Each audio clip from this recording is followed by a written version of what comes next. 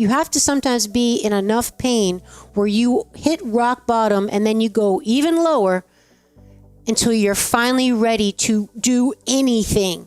Sometimes, unfortunately, many of us have to get that low before we stop all these limiting beliefs and, preconceived notions of what's right or wrong or possible, and we'll try anything. And that's when things can really start to change and move. In today's busy world, how can we find the inspiration, knowledge, and energy to live a healthy and empowered life?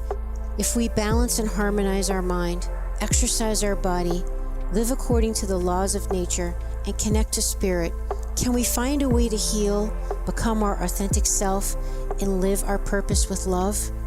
I am your hostess, Amy Morin, and welcome back to Awakening Aphrodite. Hello, and welcome back to Awakening Aphrodite with Amy Morin. I am excited to have you here with me on today's episode. In this show, I'm going to share with you 13 things mentally strong people don't do, so you don't do them, and then therefore you stay mentally strong. I got these tips from a very well-known book by psychotherapist Amy Morin, and the book is actually titled the same, 13 Things Mentally Strong People Don't Do. We're going to get into those 13 tips.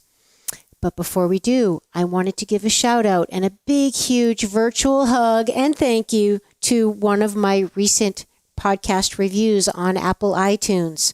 This one is from Fat Dawn 333. And Fat Dawn says, Awakening Aphrodite is such an inspiring and wonderful podcast to listen to.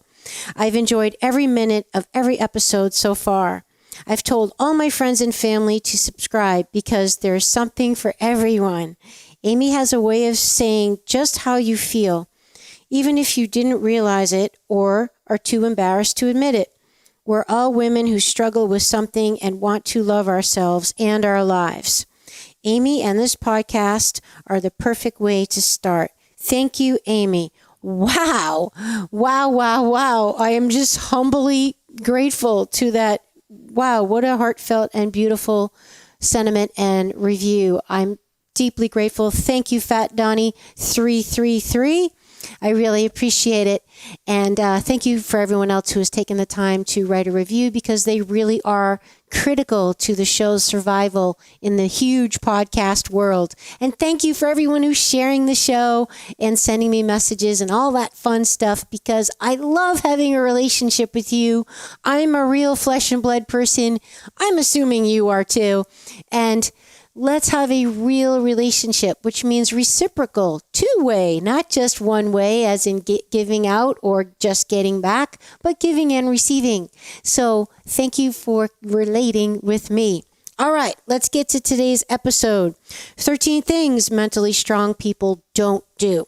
Okay, so the reason why I put together this show is because I'm sure you are aware that this show is about helping you be healthy and fit in mind, body, and spirit, as well as harmonizing your masculine and feminine energy, integrating them together, learning the discretion of when to use which one of the energies, as well as tapping into your intuition, your true source of power, and awaken your authentic self.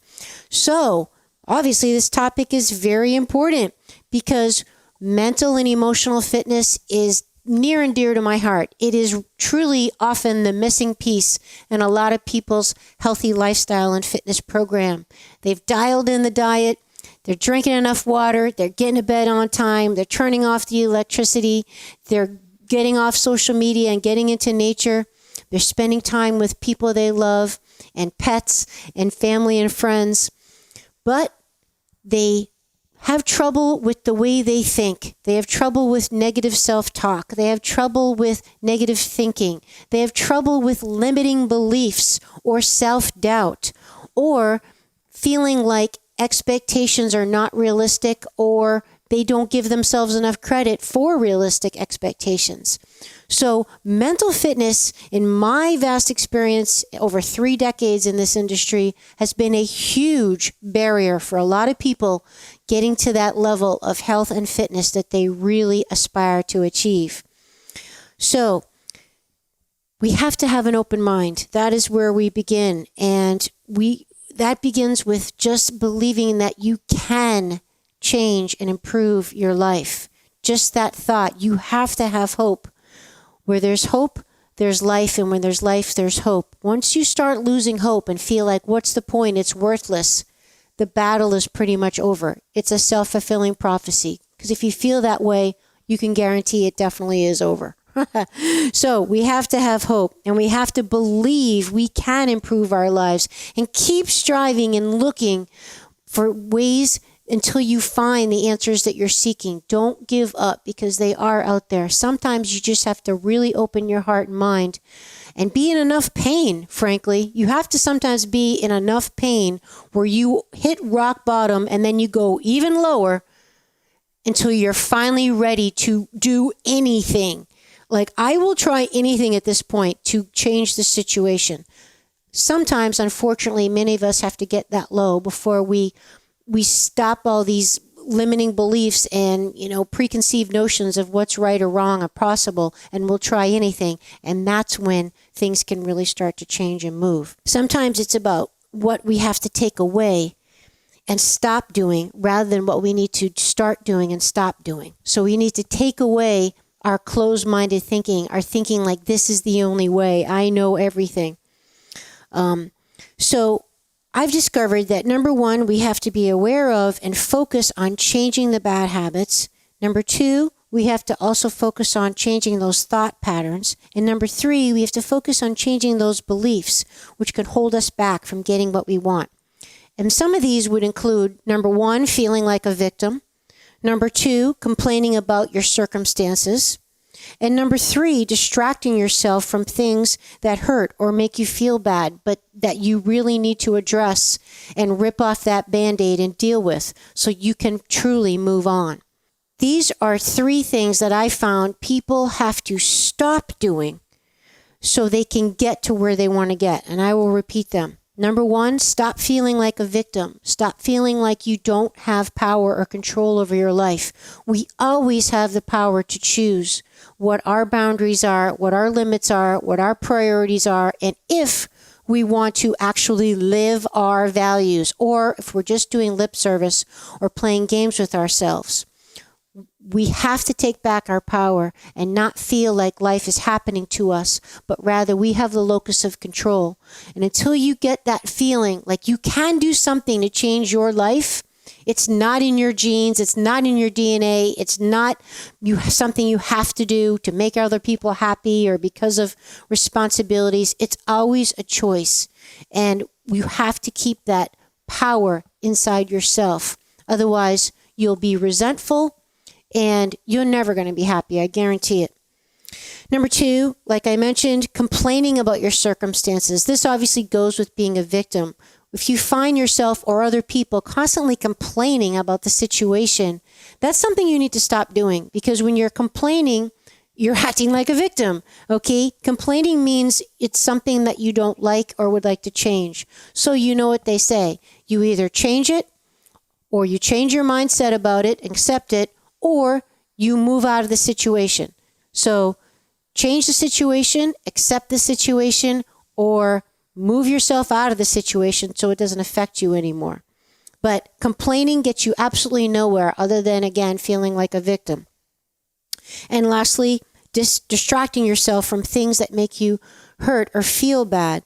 So this is a problem. It's otherwise known as spiritual bypass. You're probably hearing a lot about it right now.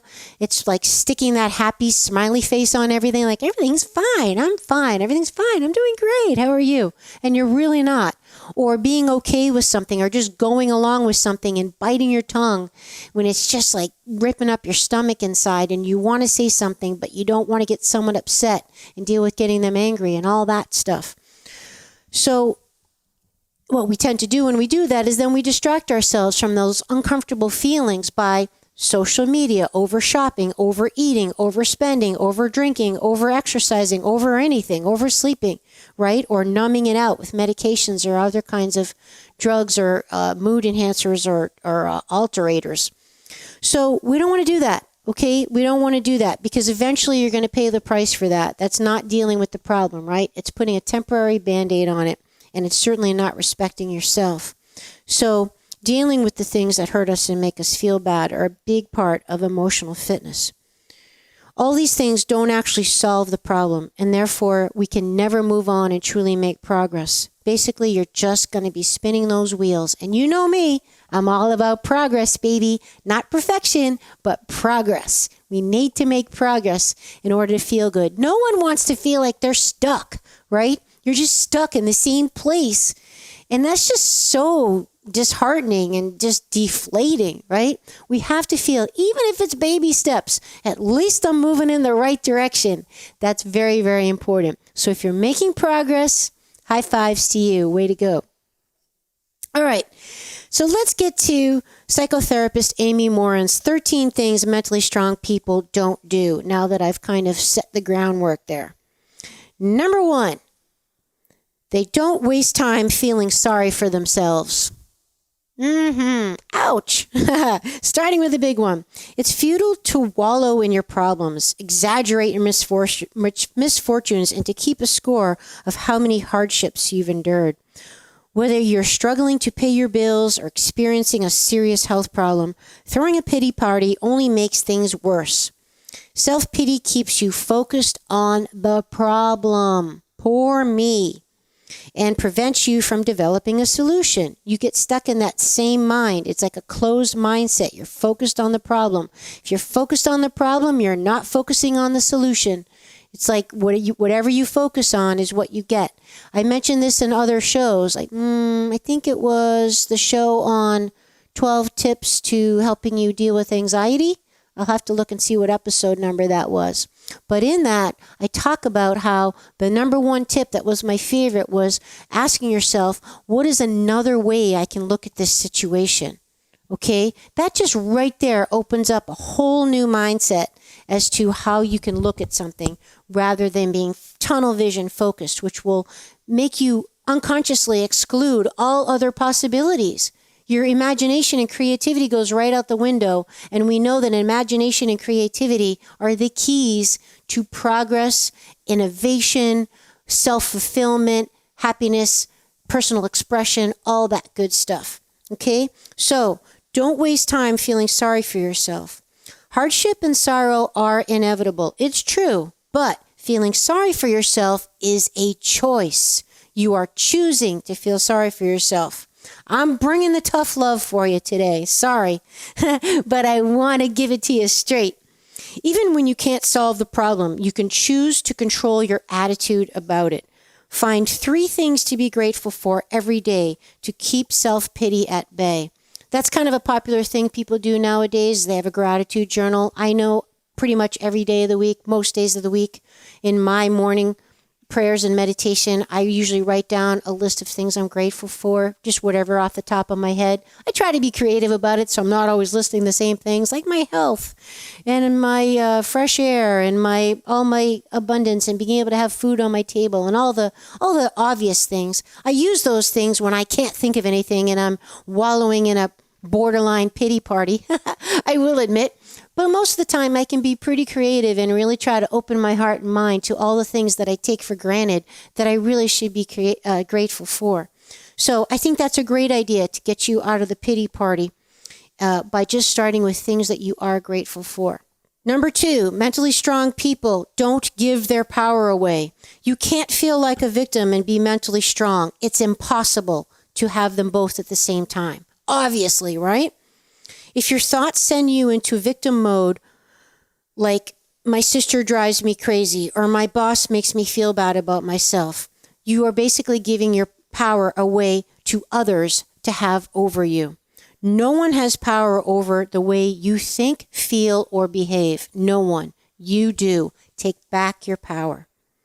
So changing your daily vocabulary is one way to recognize that the choices you make are yours, your choices. Rather than saying things like, I have to work late today, edit that sentiment to say something like, I'm choosing to stay late today because I'll feel really good when this project is done, or because I arrive to work early, so I need to get this work done, or whatever, fill in the blank. There may be consequences if you don't work late, but it's still a choice in this example. Empowering yourself is an essential component to creating the life you want. So, taking back your power by being very intentional about your vocabulary and using words like I choose to rather than I should, and using words like I choose to rather than I have to. Notice how those simple word uses puts the locus of control back on you rather than being a victim of having to do something because of something outside of yourself. Total game changer, right? Yes, I hope you agree. Try it and watch how it changes. Number 3, they shy away from change. Shying away from change. So mentally strong people do not shy away from change. If you worry that change will make things worse, you'll stay stuck in your own ways. Obviously, right? Like, oh my God, why would I change? It's going to be worse than I am now. But a lot of times we're projecting what we fear is going to happen, but we don't even know that's going to happen. So we're imagining it's going to be worse than it's probably going to be. The world is always changing. That's a fact. Life is always changing. So if you're resisting change, you're basically trying to hold your finger in the dike of the dam of the world of life, the flowing current. Pretty futile, I would say. Your success depends on your ability to adapt to the change, right? Kind of like Darwinism and taking those baby steps and survival of the fittest. Adapting species were the ones that survived over time because the environment is always changing. So being fixated, closed-minded, all that stuff will make it harder for you to flow and change and just go with the punches, which will make you more malleable. One of my favorite analogies is the palm tree. How can they exist in places down south that have hurricanes and all these crazy storm fronts that come through with ridiculously powerful winds and rains and storms? Why? The palm trees can remain because their trunks are flexible. They move and sway with the wind rather than being stiff and then therefore break. So keeping flexibility mentally and physically is super important. The more you practice tolerating distress from various sources, like perhaps taking on a new job or leaving an unhealthy relationship, the more confident you'll be in your ability to adapt because you'll see it didn't kill you and you will survive and you are stronger than you think. I guarantee that. And it will also give you your ability to create positive change for yourself in your life. Number 4, they don't squander energy on things they can't control. Complaining, worrying, and wishful thinking don't solve problems. They only waste your energy. But if you invest that same energy in things that you can control, you'll be much better prepared for whatever life throws your way. So pay attention to the times when you're tempted to worry about things you can't control, such as the choices other people make or how your competitors are behaving.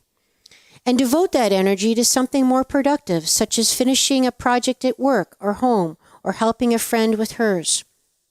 Accept situations that are beyond your control and focus on influencing rather than controlling the people around you. Number 5, worrying about pleasing everyone. Hello, you guys know I'm a reformed people pleaser, and you are listening to this show. You probably are too, like so many of us are. We just want people to be happy, but wow, how often do we do that at the detriment of our own needs, wants, and desires and opinions, right? So whether you're nervous that your father-in-law will criticize your latest endeavor, or you attend an event you'd rather skip, or avoid a guilt trip from your mother, trying to make other people happy drains your energy and your mental strength, and it causes you to lose sight of your own goals. Making choices that disappoint or upset others takes courage. It sure does. It takes backbone and courage to stand on your own. But living an authentic life requires that you act according to your values. I'm going to repeat that. Living an authentic life requires that you actually act according to your own values. You don't just give your values lip service. If you say this is important to you, you live it. And that can mean standing on your own sometimes when the going gets tough and the heat is on. But you will not compromise your soul, your spirit, your own self-respect and dignity by compromising your values. One of my favorite sayings is, I would rather die on my feet than live on my knees. And you can borrow that one if you want. God, I wish I knew who said that, but it wasn't me. I wish it was me. But I've been saying that for years. And if somebody finds out the person that was coined by, please hit me up. Let me know. Okay, so write down your top 5 values is a good way to start, and then focus your energy on staying true to them, even when your choices aren't met with favor by other people, which you know is going to invariably happen. It's going to happen eventually. But you know what? It feels good to stand up for yourself, and you can do so in a loving way, even just by saying things like, you know what?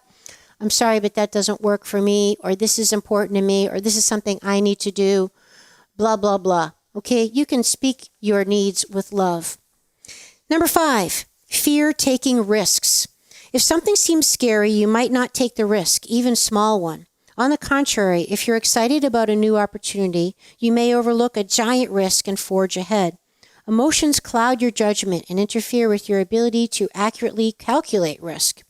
So you can't become extraordinary without taking chances.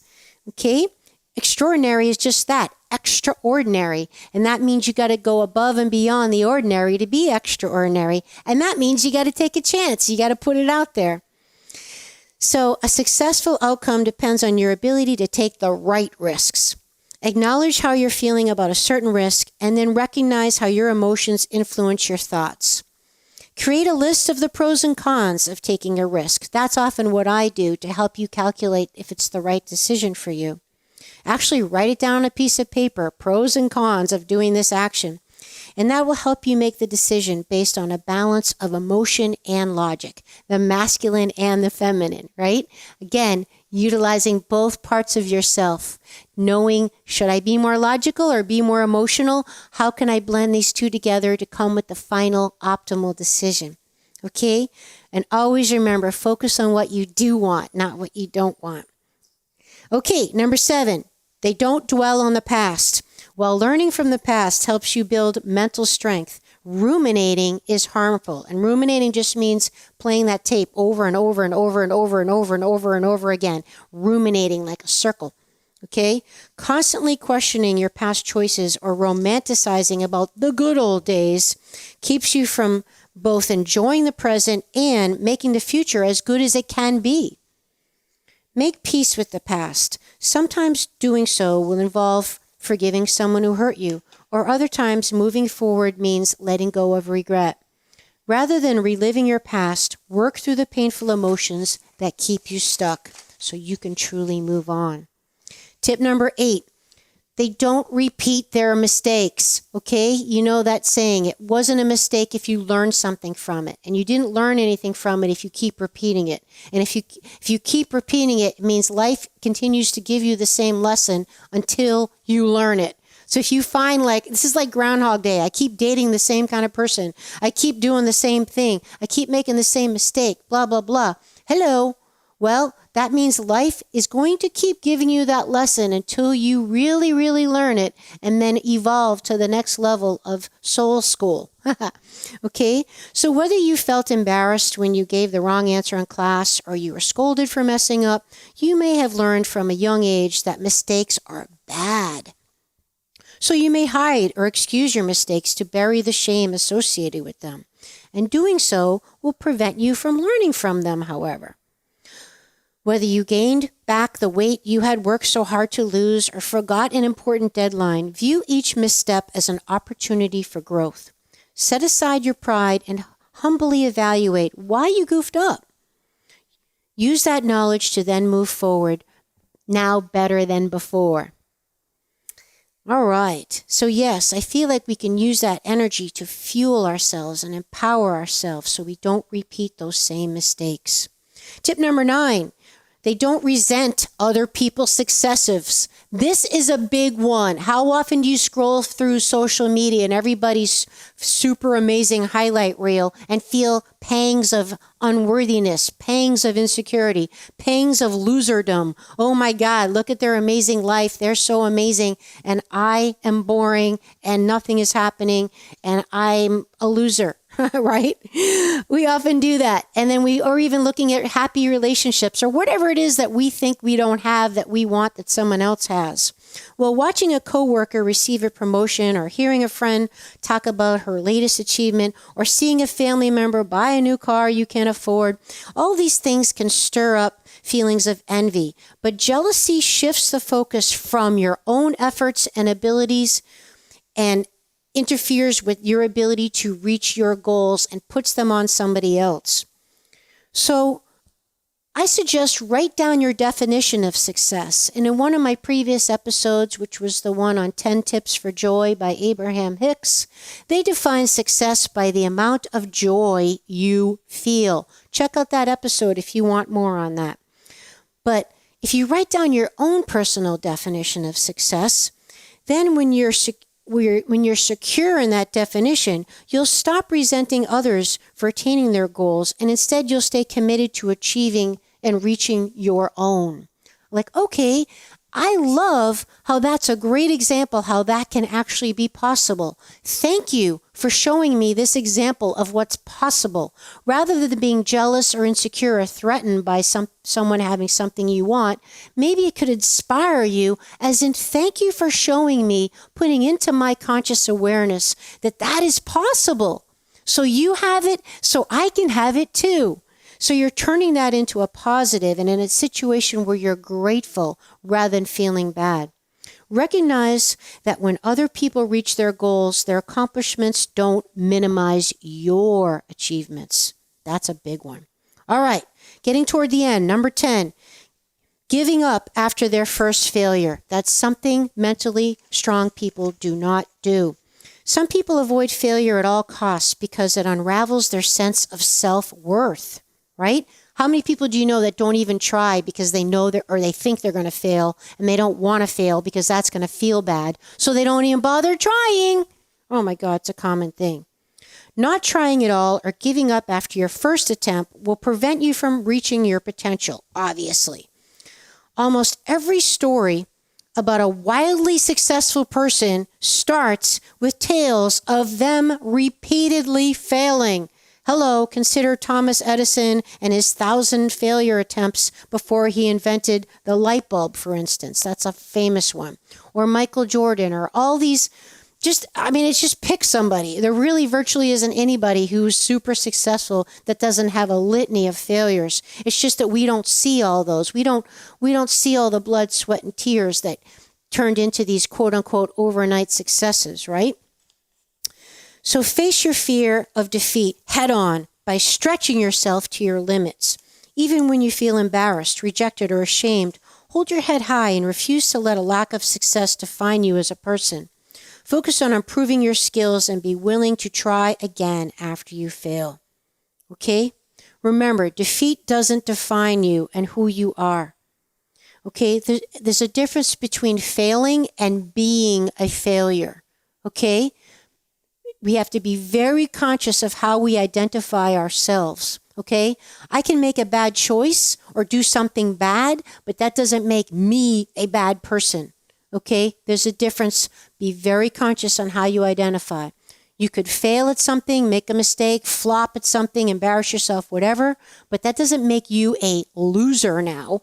It just makes you human, okay? Number 11, they don't fear alone time. This is a big one.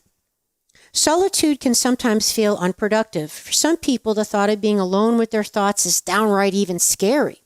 Most people avoid silence by filling their days with a flurry of activity and background noise. Like, those people that always have the damn TV on or YouTube or something going on. It's never quiet, even the car radio, okay? I know sometimes I like to just turn off everything and walk in silence with my dog. It just gives your brain a time to reset. Sometimes at night before I fall asleep, I literally just lay in bed with a nice little red lamp on and just relax and breathe and stare at the ceiling or stare at one of my pieces of art in the silence, just to let my body recalibrate, settle down, process the day, and have some time for my brain to just kind of work out all the muck and settle in for the evening. Okay? So alone time is essential for building mental strength. You have to have time with yourself.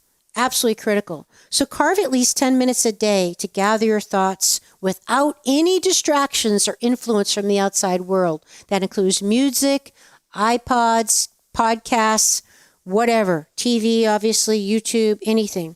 And use that time to reflect on your life, on what's important to you, on how you feel, and to tap into yourself, to be in your body, to feel your feelings. That's how you get in touch with your intuition and your higher self and your inner voice. It's like any other relationship. You have to make time for it. Otherwise, it's not a relationship, right? You need a relationship with yourself that requires time, that requires attention, that requires focus. Okay? All right, tip number 12. Feel like the world owes them something. They don't feel that way. We call this entitlement.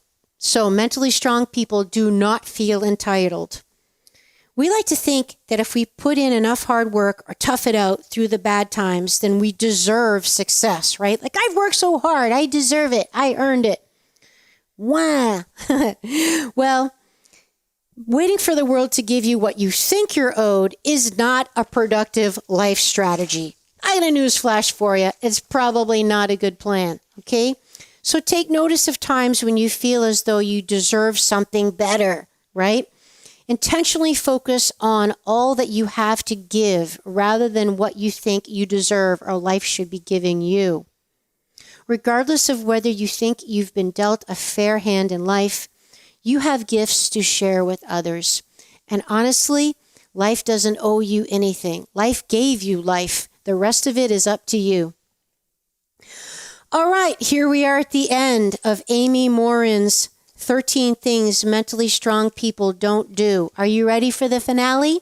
Number 13, they don't expect immediate results. This is a big one. In our microwave instant society of 30 characters or less and all that kind of stuff, want it yesterday. People expect immediate results, and they're not willing to do the hard work and pay the price and go through the development stage, that cocoon stage, which is essential, that will ensure when it's time for you to fly and spread your wings, you're able to keep flying, okay? Without going through that process of development, inner awareness, shadow work, self-knowledgement, growth, introspection, reflection, all that time alone.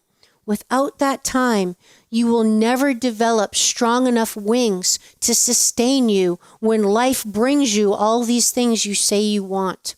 Okay? So we cannot expect immediate results if we want to enjoy them and keep them.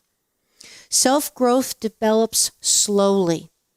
Whether you're trying to shed your procrastination tendencies or improve your marriage, expecting instant results will only lead to disappointment. Okay? So think of your efforts as a marathon, not a sprint.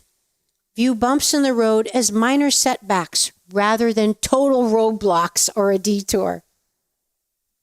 There's a difference between a setback and a roadblock. Just remember that.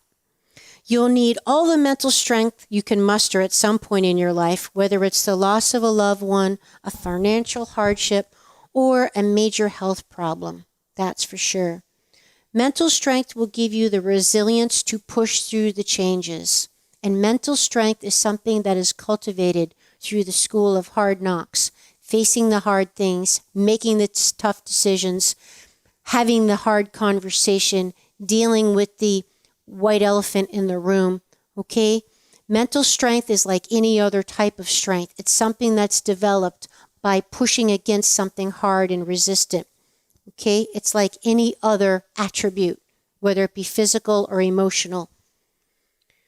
And the great news is everyone can strengthen their mental muscle. So practice being your own mental strength coach. Like I always say, you have to be your own best friend. You have to be your own biggest cheerleader. You have to be your own ideal parent, mother, father. You have to be that because at the end of the day, all you really have is you. And your relationship with you is the one that is the foundation for your relationship with everyone and everything else. So be your own mental strength coach. Encourage yourself. Tell yourself the things that you need to hear. And pay attention to areas in which you're doing well and figure out where you need improvement. So, being a coach isn't just rah, rah, you're amazing. It's also helping you to know where you need to improve and how you can do better, where your weaknesses are. That's a good coach. We don't just want someone who's going to kiss our ass and give us sunshine and rainbows. You're not going to ever grow from that, right? You want the truth. You want the truth with love. These are great things, and these are things we can improve on. Now let's get going. That's the kind of coach, I don't know about you, but I want, right? So create opportunities for growth and then challenge yourself to become just a little bit better than you were yesterday. Stick with your goals until the end and don't give up because, as the last tip, not to expect immediate results is very important for your mental strength. So there you have it. 13 things mentally strong people don't do. Now you're not going to do them either, so you can be among the mentally strong. And let's do it together. I'm going to be in there right with you. Which tip was your favorite? I have to relook which one's mine. But I would say, gosh, I don't know. They're kind of all something that resonate with me. Maybe number 5 the most, worrying about pleasing everyone. I still struggle with that one a little bit, to be honest with you. But I'm getting better every day. Progress, not perfection. Thank you so much for listening to the show. I already can't wait to be with you again. Would you like to support my mission to help empower people all over the world to be all of who they truly are? If so, please subscribe to the show. Leave a review on iTunes and share it with a friend. And if you're looking to take immediate action to align your energy and optimize your health, visit amyfournier.com. Thanks for listening to Awakening Aphrodite. Let's awaken her together in you. I'm your hostess, Amy Fournier, and I already can't wait to be with you again and for you to hear what I have planned for the next show. Thanks for listening to Awakening Aphrodite with Amy Fournier. To learn more about Amy, check out her website, amyfournier.com. That's AMYFOURNIER.com. You can also check out Amy's live and on-demand virtual fitness and yoga classes and sign up for her newsletter to receive a free mini ebook of 3 of her top tips for making holistic health a lifestyle. Again, that's amyfournier.com. and get your ebook sent to your email immediately. Connect with Amy on the daily on Instagram at FitAmyTV, FITAMYTV, and watch many of the podcast episodes and subtopic clips on her YouTube channel, which is also FitAmyTV. Enjoy, and we'll see you next time on Awakening Aphrodite.